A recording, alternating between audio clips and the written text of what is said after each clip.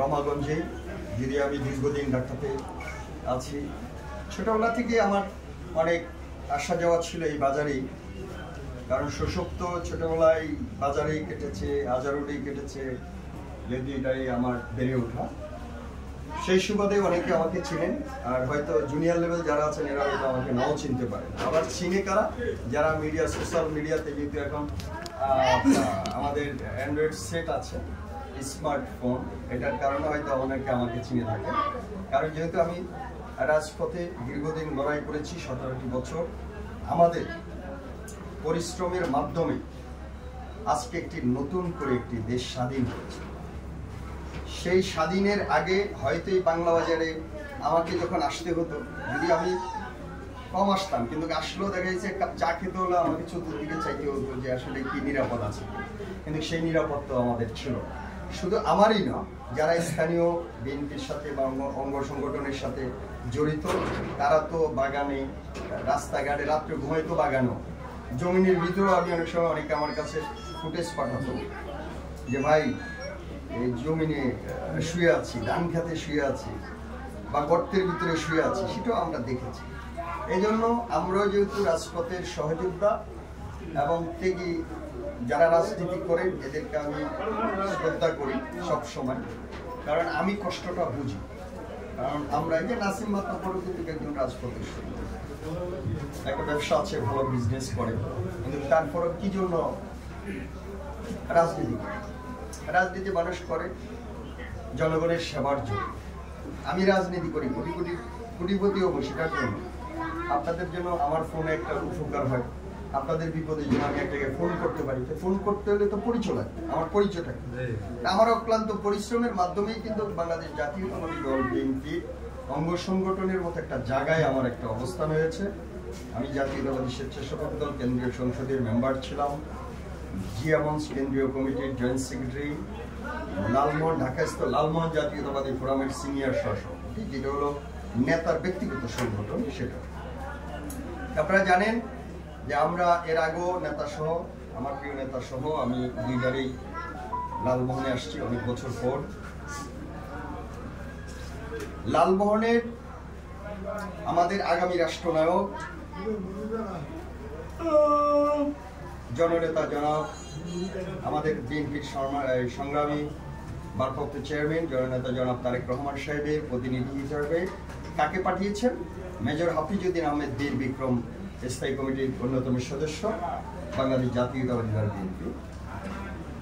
আবার আমাদেরই প্রিয় নেতার, আমরা কর্মী হিসাবে, আমরা বিভিন্ন জায়গায় যাই আপনাদের কিছু খোঁজখবর নেওয়ার জন্য। যেহেতু আপনাদের খোঁজখবর নেওয়ার জন্য আমাদের প্রতিনিধি হলো যে আপনার যার যার ইউনিয়ন বিএনপির অঙ্গ সংগঠনের নেতৃবৃন্দ থাকে, তারাই আপনাদের খোঁজখবর নিবে। আমরা জাস্ট আপনাদের মেহমান, আপনাদের একটু সুখে দুঃখের খোঁজখবর আমরা জানলে আমরা আনন্দিত হই। যদি কিছু করার চেষ্টা বা থাকে তাহলে আমরা সেটা করব। এটা আমরা সবসময় এটা চ্যালেঞ্জ নিয়ে থাকি, কারণ যেহেতু সাধারণ মানুষগুলি আমাদেরকে চিনে, এই জন্য অনেকের অভিযোগ, এই যে যদি ডাকেও থাকি সবাই ফোন করে ভাই এই ঘটনা হয়েছে, সেই ঘটনা হয়েছে, শুনি, চেষ্টা করি যে আপনার ইউনিয়ন বিএনপির প্রেসিডেন্ট সেক্রেটারি আছে তাদেরকে জানান, অঙ্গ সংগঠনের নেতৃবৃন্দ আছে তাদেরকে জানান। তারা যদি ব্যর্থ হয় তাহলে আমাদের উপজেলা কমিটি আছে, এরপরেও যদি না হয় সেটার জন্য আমরা হয়তো একটু চেষ্টা করে দেখবো যে আপনাদের কোনো উপকারে লাগে কিনা। আমার প্রিয় নেতার যে লালমোহন্ত যুবদিনের গণমানুষের নেতা মেজর হাফিজউদ্দিন আহমেদ বীর বিক্রম সাহেব, আপনারা জানেন যে উনি একজন সৎ আদর্শবান ব্যক্তি। ওনার আদর্শ লালন করেই কিন্তু আমরা এই লালমোহন্ত যুবদী বা লালমোহনের সন্তান যারা, তারা গর্ববোধ করে। আমরা বাংলাদেশের যে কোনো প্রান্তে যাই, আমরা এক নামেই পরিচিত করি যে আমরা মেজর হাফিজের কর্মী, এটা আমরা গর্ববোধ করে বলতে পারি। আপনারা জানেন এর আগেই যে লালমোহন্ত যুবদী থেকে যে বিনা ভোটের এমপি ছিলেন একটা দুষ্কৃতিকারী সন্ত্রাসী, সেই সন্ত্রাসীর আধিপত্যের কারণে এই লালমোহন্ত যুবদীর প্রত্যেকটি নেতাকর্মীর উপরে যে হিসাবে নির্যাতন করা হয়েছে আমরা দেখেছি। আল্লাহর গজব, কিন্তু এগুলার কারণেই কিন্তু আল্লাহর গজব পড়েছেন।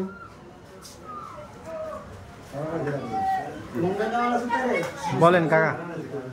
গজবের কারণে তাদের যে মহারানী, তাদের মহারানী ছিল, যে বাংলাদেশের রানী দাবি করেছে, এই সুবাদে সে সন্ত্রাসীদেরকে পুরস্কৃত করে আপনারা জানেন একটা যদি তাদের কর্মী কোথাও গোলাগুলি করে সে এটাকে একটা লাইসেন্সধারী একটা অস্ত্র দিয়ে দিই।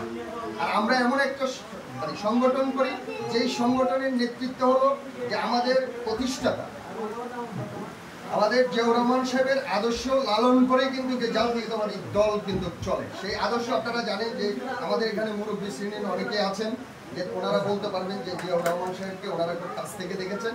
আমরা তো শুধু শুনেছি, আমরা হয়তো বইতে পড়েছি, শুনছি, আমরা দেখার সৌভাগ্য হয়নি।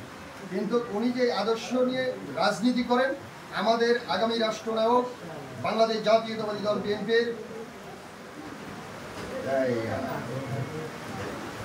ভারপ্রাপ্ত চেয়ারম্যান জননেতা জনাব তারেক রহমান সাহেবও কিন্তু তার সে আদর্শকে বাস্তবায়ন করার লক্ষ্যে এই 5ই আগস্ট থেকে শুরু করে উনি যেভাবে পদক্ষেপ নিয়েছেন যে কোনো বাড়িতে হামলা করা যাবে না, কোনো লোককে নির্যাতন করা যাবে না। যেহেতু আমাদের সামনে একটা নির্বাচন আছে, আমাদের নির্বাচন করতে হবে, একটা সুস্থ ধারার নির্বাচনের মাধ্যমেই কিন্তু বিএনপি আবার আগামী রাষ্ট্র পরিচালনা করার দায়িত্ব আসবে, সেটা আপনাদের ভোটের মাধ্যমে।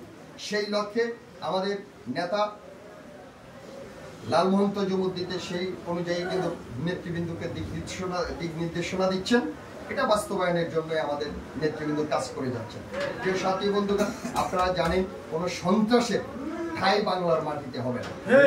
যে সমস্ত দুষ্কৃতিকারী যে সমস্ত অকারেন্স করেছে, আজকে তাদের কোনো পাত্তা আছে তারা কোথাও, কিন্তু এর ভিতরেও কিছু লোক আমাদের মাঝে আসে, আপনার ভিতরে আমার ভিতরে কিন্তু ছড়িয়ে ছিটিয়ে আছে। আমরা তাদেরকে চাই যে ভাই তোমরা আমাদের ভাই হিসাবে, আমরা শত্রু হিসাবে রাখতে চাই না। সেটা তোমরা যদি এখন আমাদের ভিতরে থেকেই যদি আমাদের বিরুদ্ধে ষড়যন্ত্র করে থাকো বা করার চেষ্টা করো, তাহলে অচিরেই তোমাদের সেই চেষ্টাকে আমরা প্রতিহত করার জন্য আমাদের এখানে পর্যাপ্ত পরিমাণ আমাদের শক্তি আছে। আমরা তোমাদেরকে শক্তি দেখাতে চাই না, আমরা চাই যে তোমরা থাকো আমাদের ভাই হিসাবে। দয়া করে তোমরা এমন কোনো চেষ্টা করবে না নেক্সট যেন আমাদের কোনো নেতা কর্মী তোমাদের গায়ে হাত তুলতে হয়। আমরা গায়ে হাত তুলতে চাই না, আমাদের ভদ্র রাজনীতি করতে চাই। আমরা ভদ্র রাজনীতি শিখেছি। যদি আমরা ভদ্র রাজনীতি না করতাম তাহলে কিন্তু এতদিন এই রক্তের বন্যা বয়ে যেত, বহুত বাড়ি ঘরে আগুন দেওয়া হতো। কিন্তু তোমরা যেটা করেছো আমরা সেটা করতে চাই না। এই জন্য আমাদের প্রিয় নেতার নির্দেশ আছে যে আমরা সামনে আমাদের নির্বাচন আছে, আমরা ভোটের জন্য আপনাদের কাছে আসবো, আমরা ভোট আপনাদের কাছে চাইবো। সেটা আমাদের ব্যবহারের মাধ্যমেই কিন্তু আপনারা আমাকে ভোট দিবেন।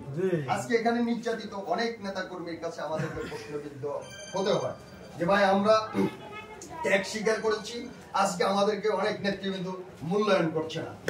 আমি আপনাদেরকে বলি, আপনারা যারা ত্যাগ স্বীকার করেছেন, আন্দোলন সংগ্রামে ছিলেন, বিগত 17টি বছর আপনারা পালিয়ে বেরিয়েছেন এবং কোথাও হাঁটতে পারেননি, কোনো বাজারে যেতে পারেননি, আপনারাই থাকবেন। আর যে সকল হাইব্রিডেরা আজকে নেতৃত্ব দেখেন, হয়তো আমার ভিতরে ঢুকে বা আপনাদেরই স্থানীয় অনেক নেতৃবৃন্দর গায়ে মানে হাতে হাত রেখেই কিন্তু তারা হয়তো চলতেছে, সামনে নেতৃত্ব দিতে চায়।